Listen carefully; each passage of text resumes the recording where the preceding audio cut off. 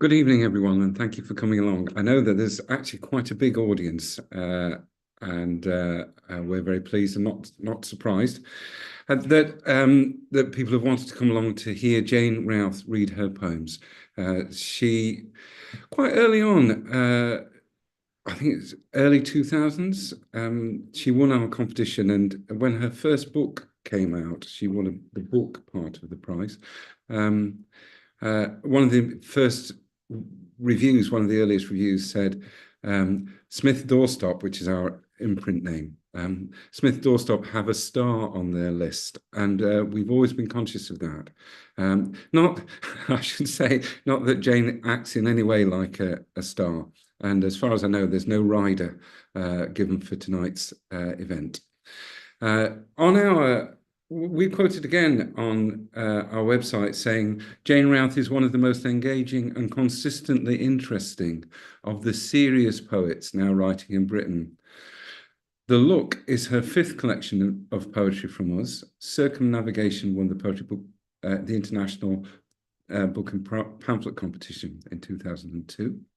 Her books have also been shortlisted for the Forward First Collection Prize and have been PBS recommendations. And individual poems have been outright winners of several competitions, including the Academy Cardiff International and Strokes Down International competitions. As well as poetry books, she has a beautiful book called Falling into Place, a prose book, a year in the wilds of the uplands of the northwest England, where she lives and where she looks after some forests and the ground. And her previous book, Listening to the Night, all of these books are available from us. We'll be delighted to send them to you free of postage. If you put, I think it's Lucky, you'll be able to see this. I'm going to say a couple more things, but I'm going to stop in a moment. You'll be glad to hear, because you want to hear Jane, who will be reading for about 20 minutes. Some of that time will be the opening poems will be just Jane, and then I think there's half a dozen poems that you'll actually be able to see Jane and the text of the poems. By celebrating the living world around her, Hilary Menas said in the Friday poem, Routh manages to balance the horror of what is happening to it with joy in its richness and variousness. Her language is gorgeous, evocative, and precise. I'm hoping that Jane's going to join us now. There she is. And thank you, Jane, for agreeing to read for us tonight. And I'm going to disappear unless you want to ask anything at this stage. I'll be coming back later on to field some of your questions and ask Jane at the end of the reading to start a conversation built around your questions. So do put them in questions and comments in the chat if you want to. Great, thank you very much. Here is Jane Routh. Good evening, everyone. Someone asked me what this book was about, and automatically I just said trees, because I spend much of my time planting trees and thinking about trees. But as I put the reading together, there are more birds than trees, and then I think there are more people than birds. So I have to say it's just about life, really. I've been corresponding on and off for several years with an American poet who lives in Kentucky on a river, or near a river, called Jonathan Green. And a couple of years ago, Jonathan sent me a poem called Forethoughts, Buying a Farm. And it was so like my experience of moving here, where I've now lived for 50 years, that I simply replied to Jonathan with this poem, and I'm going to read it to you because it's where all the poems are set. The poem is called Hearthed. It may not be a word you're familiar with. It's a local word which means hefted. You'd use it of sheep. They're hefted in their pasture. They're hearthed. Hearthed. I was young enough to believe in fate. It was November, the river frozen, an ice crust suspended between rocks, echoes of flow knocking beneath. The roof had started to slip. One more winter, and it would have been too late. A ruin.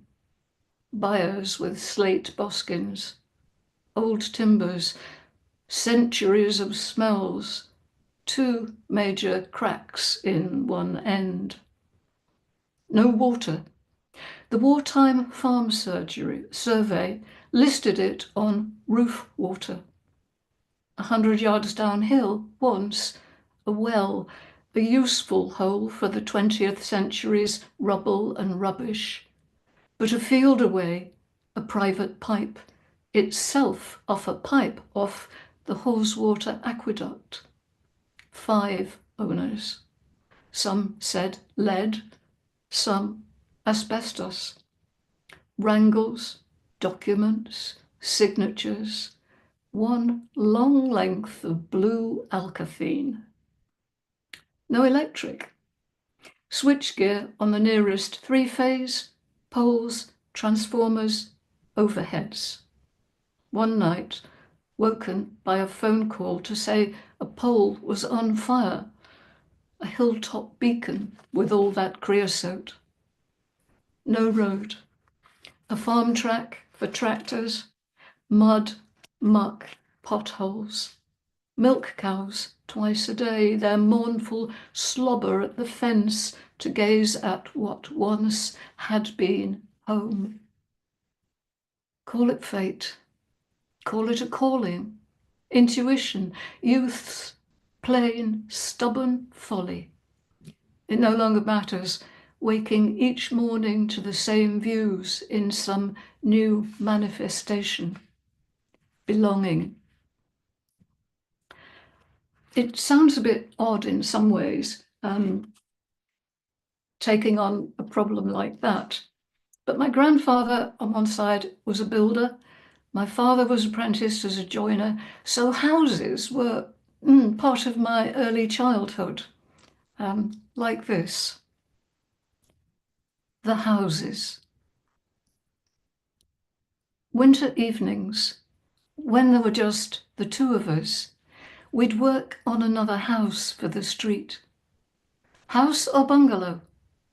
I liked bungalows best, their hipped roofs and gables drawn on card along his scale rule, his Faber-Castell whittled fine and long with his pocket knife.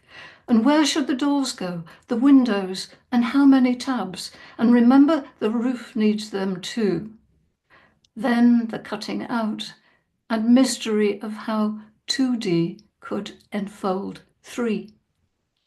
Later, he'd work on the table at a bill of quantities, column after column, while I painted the houses. That child seemed to believe in red pantiles and whitewash. Maybe a memory of my wanting, but him saying, "We can do better ourselves," is a later addition, but rings true. I remember it as pure joy, that work on the hearthrug in front of the fire. I remember a whole streetful of houses along a lane that led to a field with green hedges and black and white cows and one brown.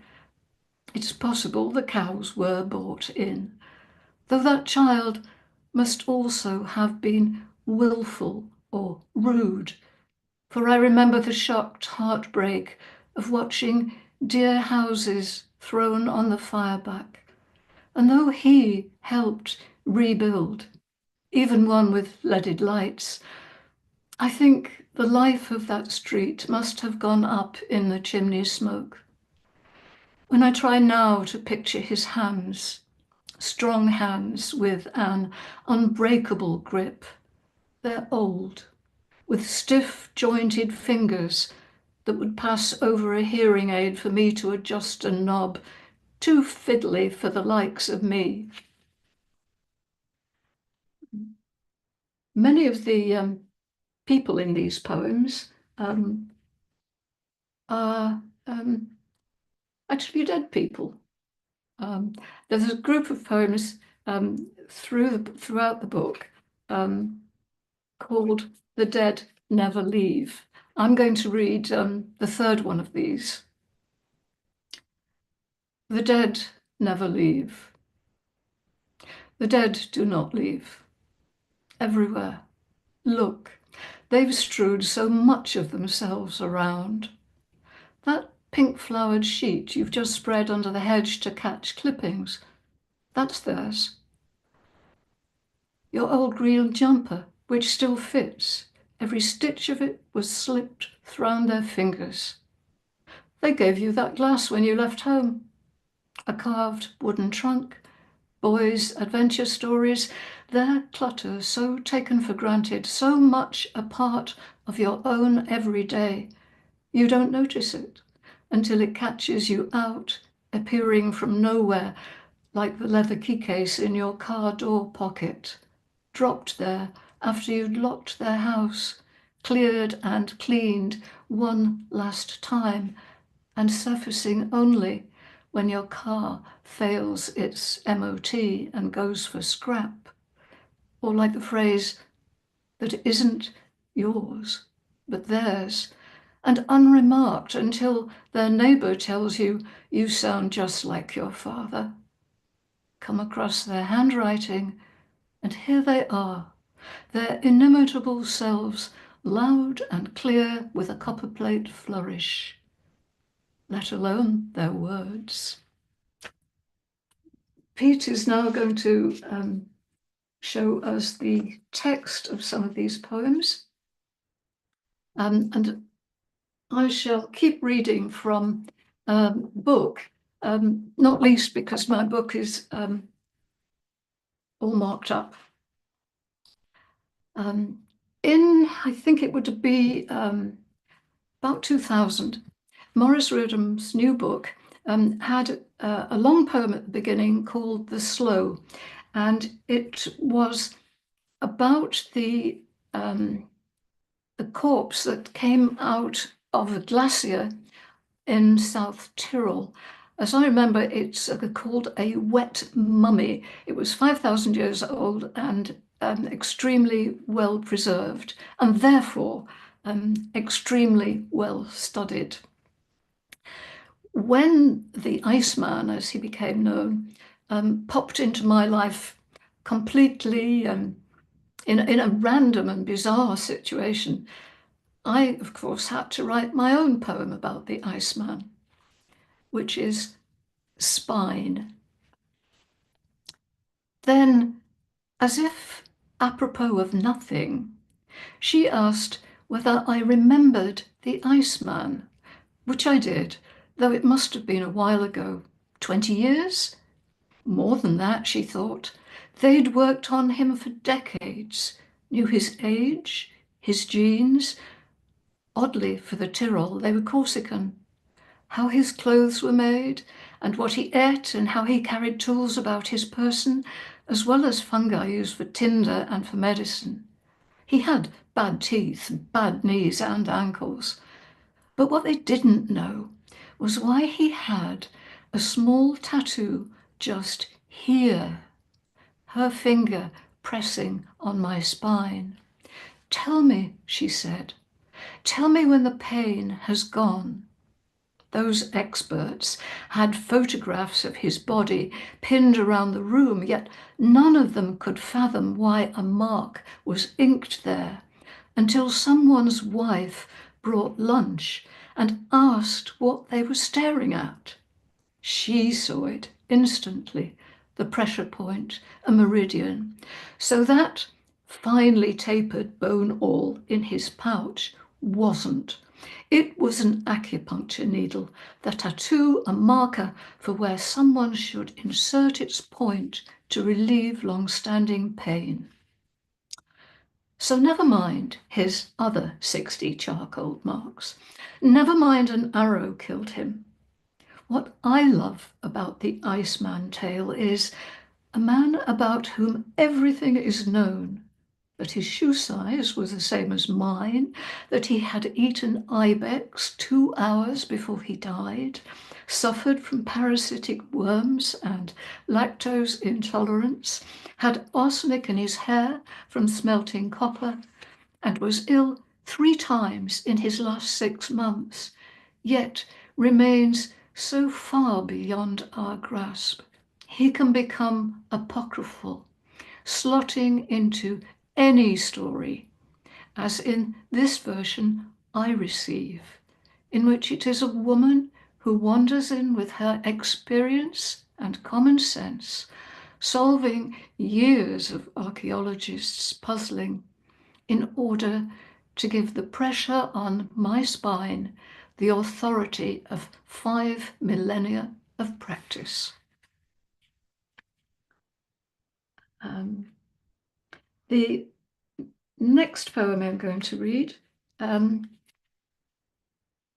is it's more about the environment, and it deals with the problem that while we can often remember all the things that were around in our own childhood, that we're beginning to notice our losses, we can't go back a bit further.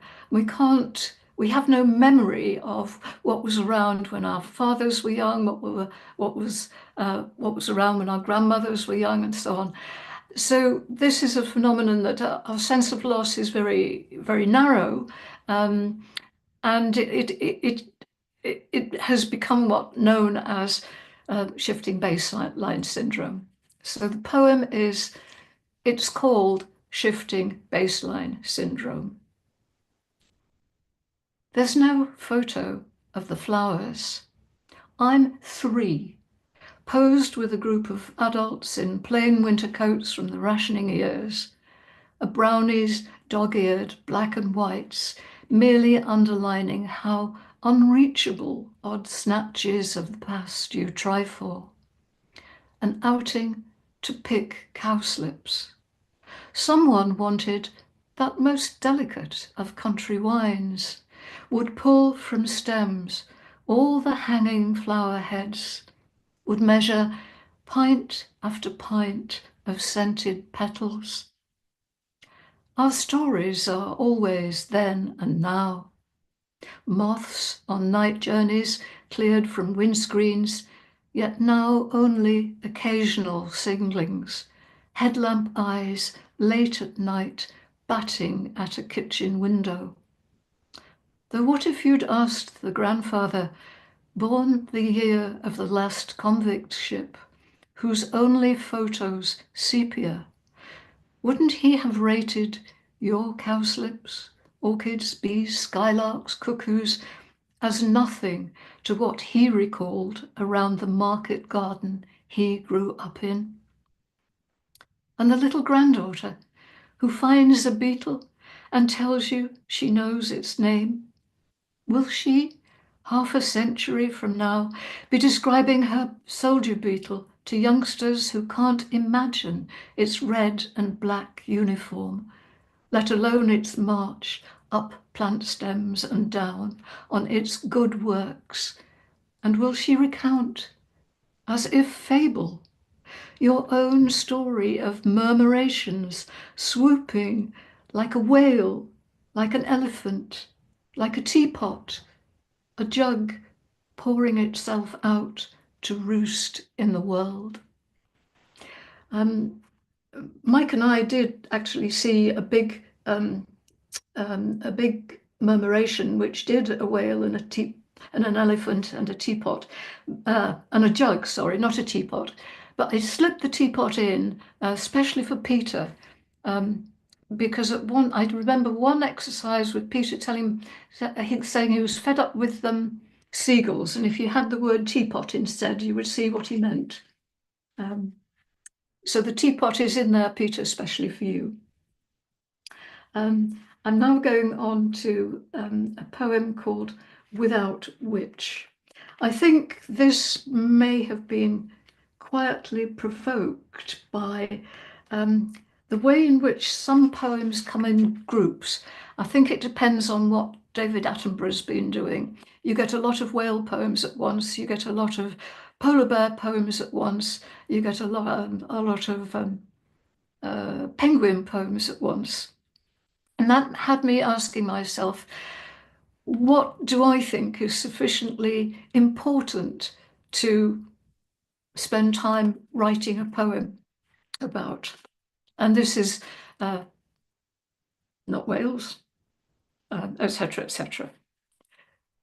Without which, not the big cats, those stylish loners, not cue slow strings when the soundtrack should be wind or silence, a last polar bear, not quirky frogs or white saddle fungus, not creatures of flock and colony and herd who know how life depends on others, not all the glorious tree forms we're outlived by, not the prettiest like peacocks, painted ladies, red admirals and the rest, not the most fragrant, my Grus an Aachen rose, my fresh-picked sunset apple, nor the tastiest, that apple again, the oldest, the most bizarre, the least understood, not even the rare white harebell I found on a bank telling no one its whereabouts. But this busy world of exchange and engineering, my friend from Vermont persists in calling dirt. The billions of untold lives I'm cradling in this handful of warm, dark earth that smells of the past and of this moment and just here, and of which one day I too will be a part. I think it's time for a few birds, so I'll move on to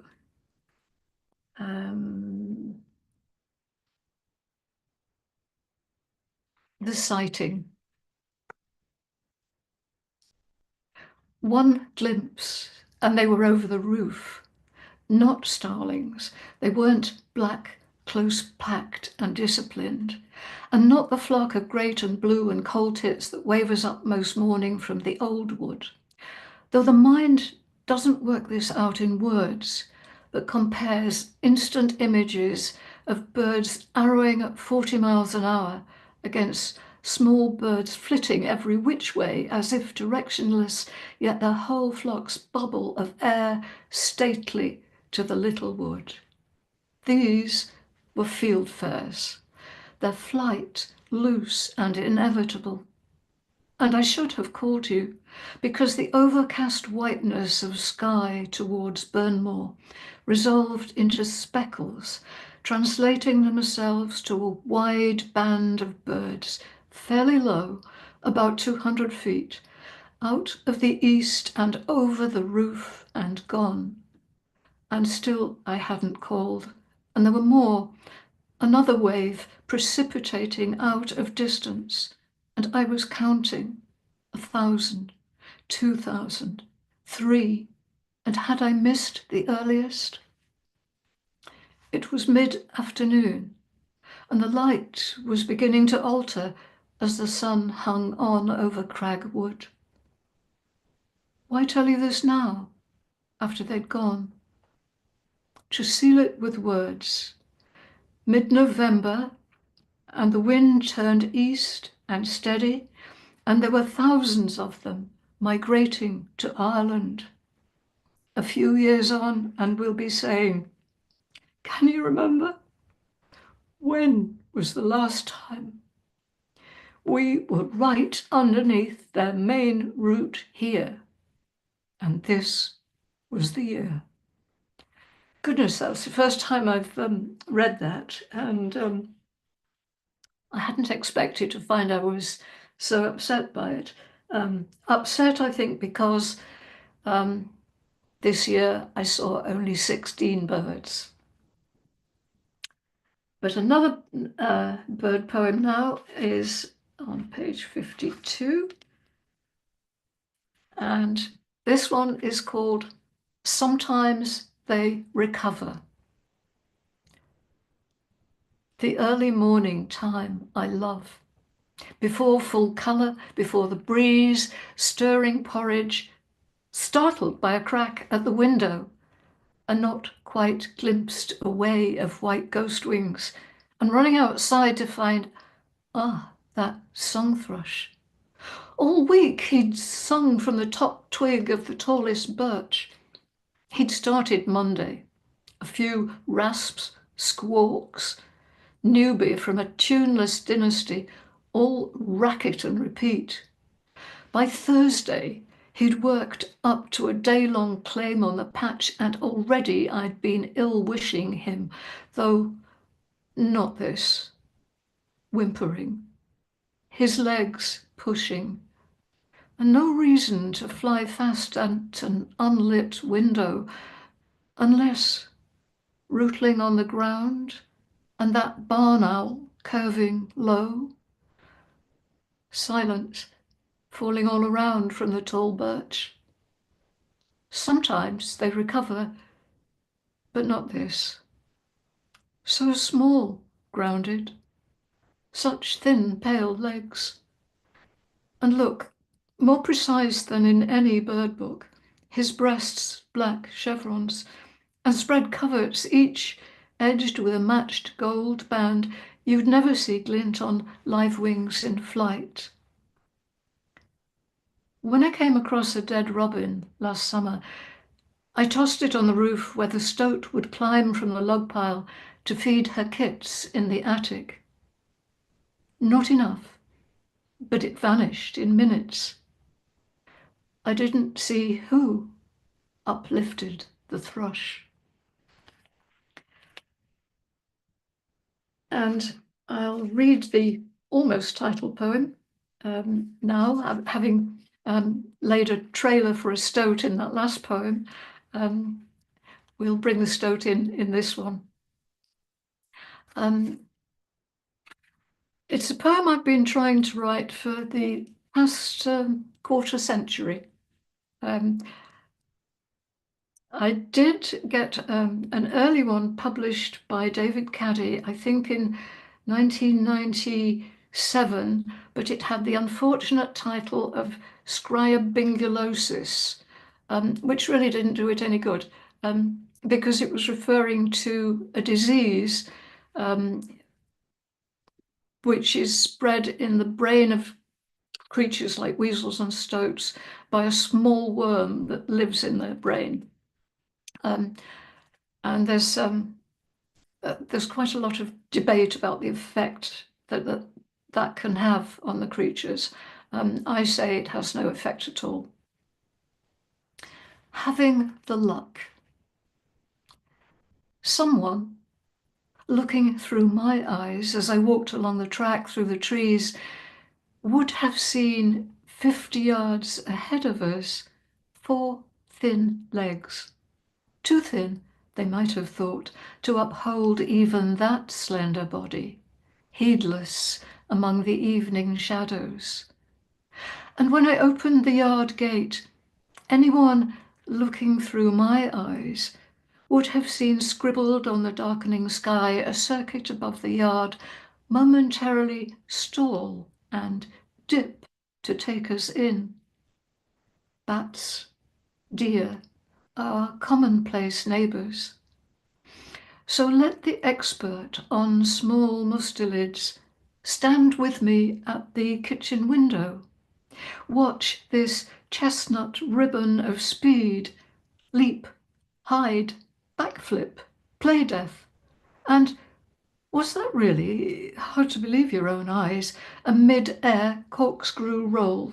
For though she's heard the claims of country people, she's never had the luck, she writes, to see a stoat dancing. I want her to watch this youngster circling a dead leaf on the grass, how he somersaults, stares, faints, until the poor leaf doesn't know which way's up, pounces, kills the leaf, disappears into a bush, reappears elsewhere, kills the leaf again, stands white-bibbed on hind legs to look around. Here's luck, I'll say. Does that look like gyrations provoked by parasitic worms you found inside museum specimen skulls? Or a young creature sharpening his skills? And shouldn't we applaud, all 4 feet at a time? Bounce, bounce, bounce, and away? Didn't he look pleased with himself? Don't anthropomorphize, she can tell me.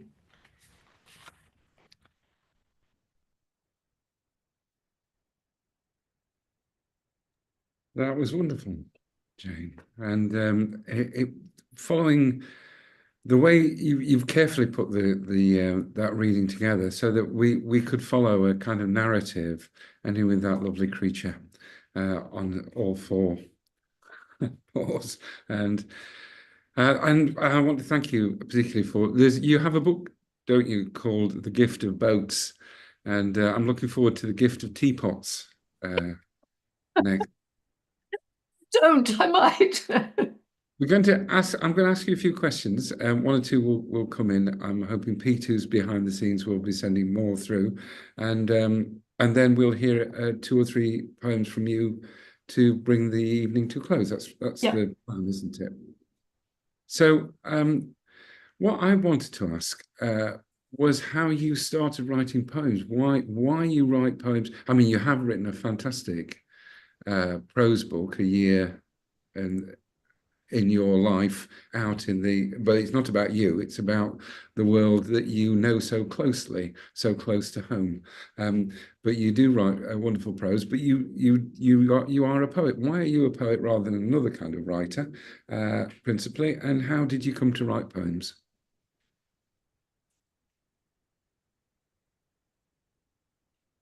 Every poem starts the same way. It starts with hearing something. And the phrase sort of, it's never more than perhaps 4 or 5 words, but it's a phrase which plants itself in my head, and then it demands that other phrases fit it musically and in their tone and in their subject matter. And that's different from making a decision about writing, say, as I did with the prose book, writing about the seasonal changes over the time. Now, where those phrases come from, I have no idea. Sometimes I wake up with them. They're usually early morning. Sometimes they're already in my head.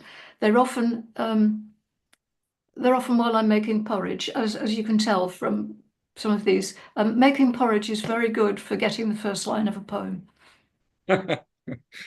Yes, there might be some deal to be made with Quaker or Scots.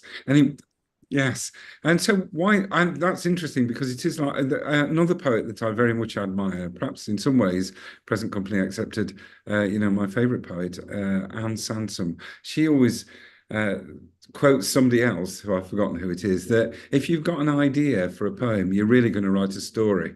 But if you've got a line going on in your head, you're going to write a poem. Yes, yeah, that's the same thing, isn't it? Yeah. Yeah. How did you come to start writing poems? Did you have a teacher? No, not at all. I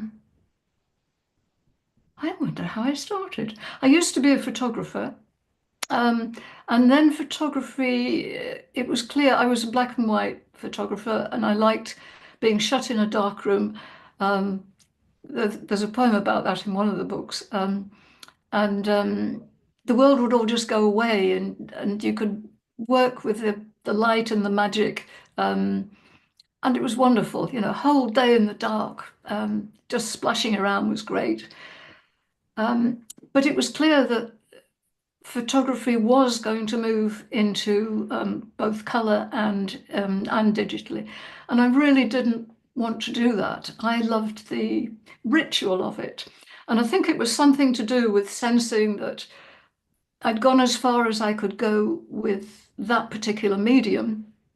Something had to change. Yes. So I was at a point ready for change. And I don't really know why I'd actually picked up a pencil and did it. But very early on in writing, you were in Huddersfield then, and I then started coming over to your workshops in Huddersfield, because several of my friends were doing, and we all came together. Um, Oh, that's good. Those were happy days, weren't they? yeah, so we were coming over when Jean Harrison was with us and Dorothy Nimmo was with us. Both Um, very special people. And Dorothy, of course, we still have her books in print, and yeah. we'd like to do a collected poems. We should do that at some stage. She was also a great short story writer, wasn't she? I'm not sure that. Anyway, that's fantastic. I can't resist saying, Jane, that you moved from photography, uh, really, I imagine detailed but imaginative photography, looking out at the world, and Yes. that you continue to do, but in words. You're not one of those. I mean, you don't shy away from saying what you think, or questioning your attitude to things, but that's not what interests you. You're not a confessional poet. You're an observing poet, Yeah, aren't you? yeah, and actually now you point that out. Yes, I write about the same things I used to photograph, I think. Yes. Yeah. I'm wondering if there's any connection. This won't help you at all, but before I went into poetry, I was a darts player, and I realised very soon that I wasn't going to make a living out of that. So I thought, well, what is the richest thing you can move into to make sure that anyway. This is fantastic. We have Nikki Saunter says that she's loving the reading, and thanks you. She's Does other poetry influence you, Jane? And if so, how? Oh, I mean, it certainly does because um, the number of I mean, the postman must get fed up of delivering new books here, and they all get read, and some get put in a heap and passed on to other people, but most of them seem to get shelved. But if you read an awful lot, I think it's very hard to say. I find it hard to say now what is actually having a particular influence. When I first started writing, I think it was easier to say that because now I read everything because I'm interested in it, regardless of whether I like it or admire it or I'm just interested. When I first started writing, I was very keen to find favourites, and for a long time, the books that were underneath my bed were by Charles Wright and August Kleinzahler. Actually, I think they're still under there because I haven't got tidied up recently. But yes, I did have my favourites, and I think I learned different things from both of those writers. Um, Charles Wright, just for the beautiful sound of it, and also his ability to talk about abstractions through real things and real things he was looking at. Um, his ability to describe a cloud is just amazing. I mean, there are millions of ways of describing clouds, and he's done them all, and it's beautiful. And the rhythm is beautiful too. Um, from August Kleinzahler, I've always admired the way he's going to shock you in whatever poem he's writing, and whatever he's writing about, he's going to trip you up, and it's not going to be what you expected. Um, he's having a new book out very soon, which I'm looking forward to. All his music poems are coming out as one volume, so that's going to be great. But that was earlier on. I mean, I read everything really. I think August Kleinzahler seems to have stayed with you, and maybe Charles Wright has. I don't know his work as well as I know Kleinzahler, but I do see that, and he's unpredictable, as you say. And I think your writing is unpredictable.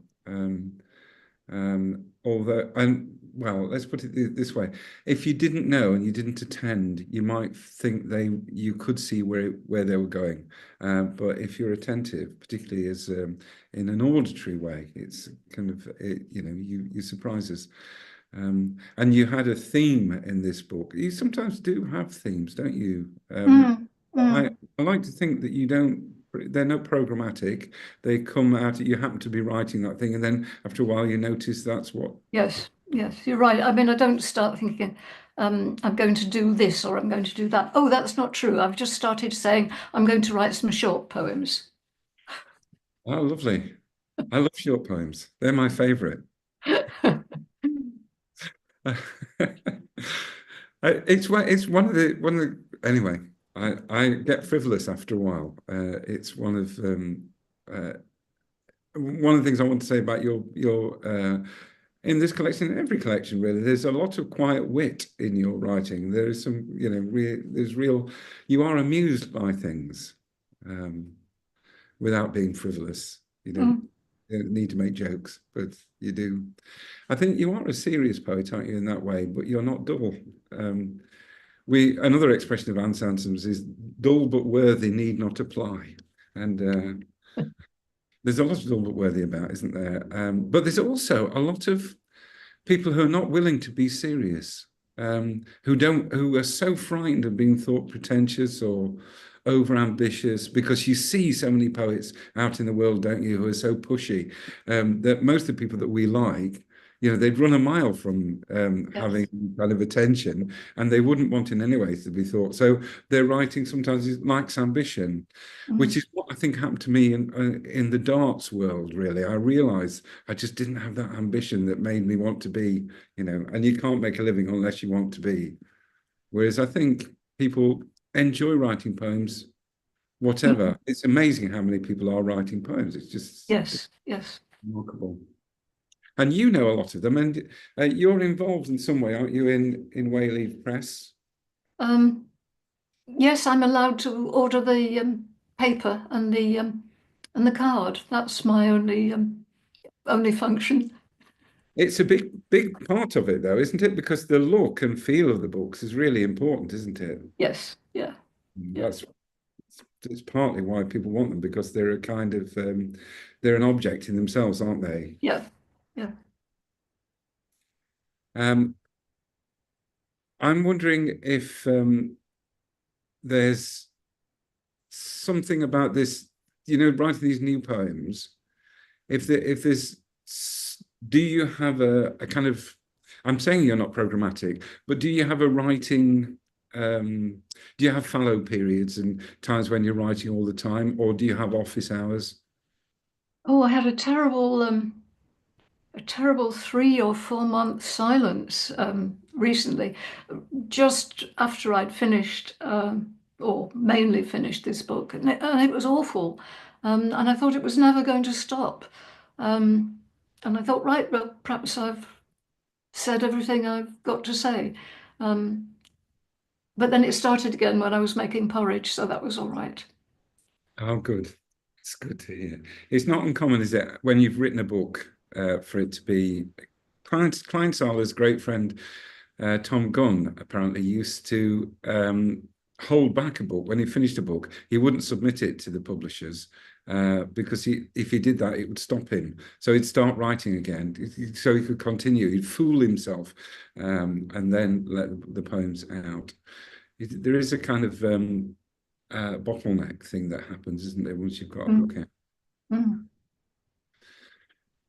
You're going to read some more poems. Yes, how are we for time? Yeah. Um, I'll do one very little one, and then no, they're all fairly small. Um, I tomorrow, one of the things I'm going to do is plant a crabapple tree. Um, it's near the end of the planting season, so this is what I shall be doing tomorrow. Malus sylvestris, 60 to 90 centimeters, January 22. Little tree, I should have kept a ledger. I can't give you an exact age for your new companions. Most are quite young, about 20, and sheltered by hedgerow and holly, tall for their age. Here is your space. There's some shade from birch, alder, and birdcherry, a thicket of guelder.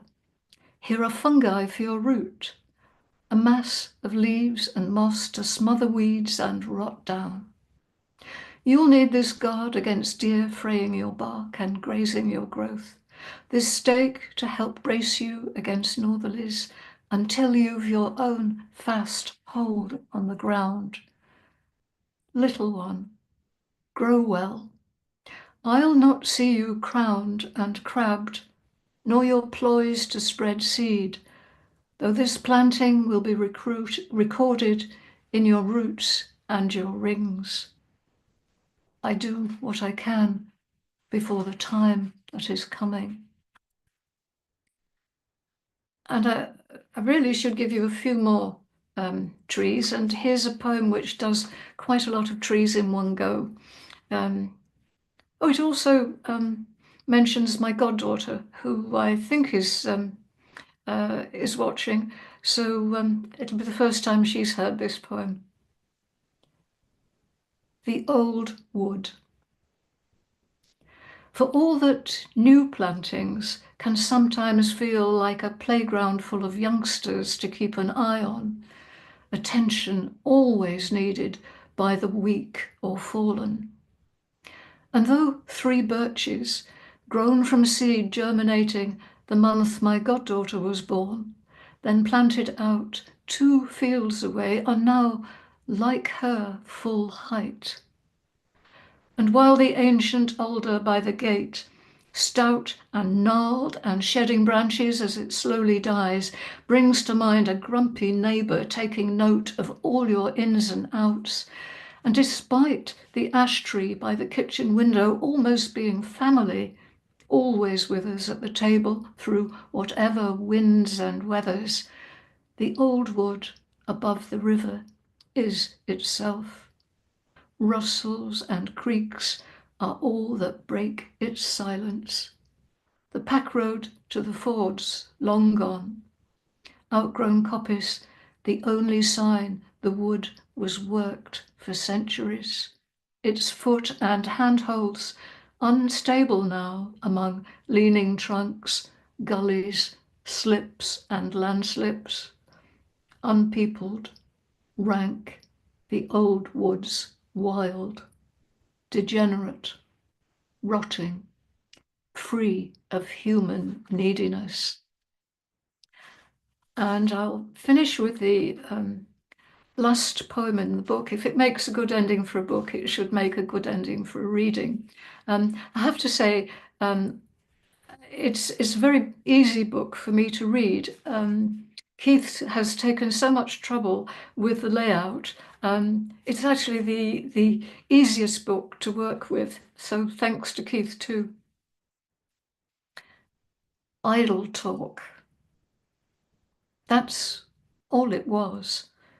My saying into the evening's fireside silence, wouldn't it be lovely to be able to do it all again, yet knowing everything you know now? My mind had been wandering through the woods, the cleared bramble patch, the hornbeams to plant, and how much better a start they'll have than my first plantings did, before I knew how many deer there are, the damage they do, before I could guess at a tree's upthrust and spread, and all its attendant alterations to light and air, to drainage and woodland floor. You didn't reply for a while.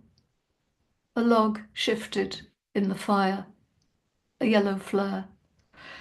When you did, it was to ask what I'd want to be different, but all I could say to you was nothing. There's nothing I'd want any different from this. Red-berried gelder I planted, ever-flowering gorse that I didn't. The old woods and new, going their own ways now. so I can laugh about starting back then with sketch plans and lists to find land working on its own terms, not ours, but generously, daily unfolding some new joy for short-lived creatures like us to uncover with our idle thoughts and a fireside to think them by. Thank you for listening. Oh, thank you, Jane. There's roaring applause across the internet now, and those people who are not applauding, they're too busy going on our website to order your books post-free using the code LUCKY. That was a tremendous reading, and it was very intimate and authoritative. Thank you very much for reading for us. I want to mention that you also do a lot for us for the North magazine. You're the principal proofreader, really, and the reason that the North looks as error-free, unlike the Graniad, which it would be if it was left just to me and Anne. It's a new issue with the window is open at the moment, and there'll be some work from Jane. There'll be something about Jane in the latest issue, and also online at the East of the North, which is an online version of the North, which will include Jane reading audio of Jane. This is a surprise too, but I know. I hope that you'll be happy to do that. So thank you everybody for coming along. It was great to have such a big audience, and thank you again, Jane Routh. Thank you, Peter, very much for being my publisher. It's our pleasure, you know.